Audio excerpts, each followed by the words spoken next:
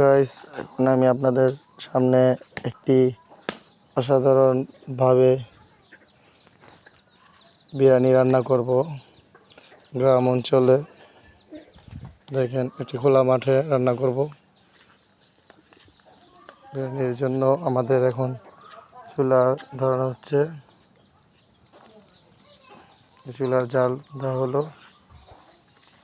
আর বিরিয়ানির জন্য আমরা এনেছি 1.5 কেজি গরুর মাংস আর দিব 1.5 কেজি চাউল। গরুর মাংসটা কোথায়? গরুর মাংস কালকে আমরা কষাইয়ের দোকান থেকে সাইজ করে এনেছিলাম।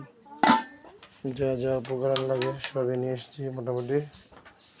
এখন তো আর কিছু প্রয়োজন হবে না। বিরিয়ানি মশলাটা এখানে।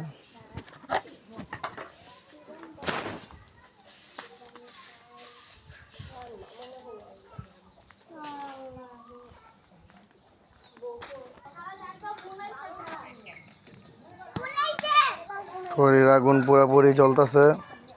কিছুক্ষণের মধ্যে আমরা রান্না শুরু করে দিব।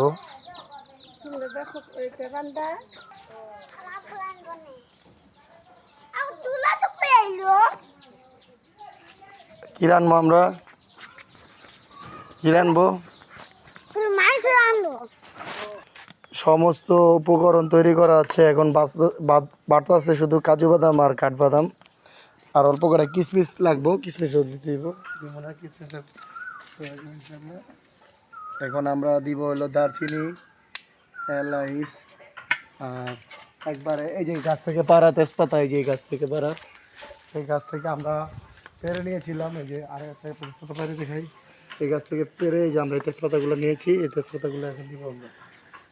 তেজপাতা দিব এখন। এই তেজপাতা দিয়ে দিলাম। আমরা এখন দিব পেঁয়াজ। পেঁয়াজ, এই যে আমাদের গরুর মাংস রান্না করার জন্য দিয়ে দিলাম পেঁয়াজ। এখন পেঁয়াজটা ভাজা করবো।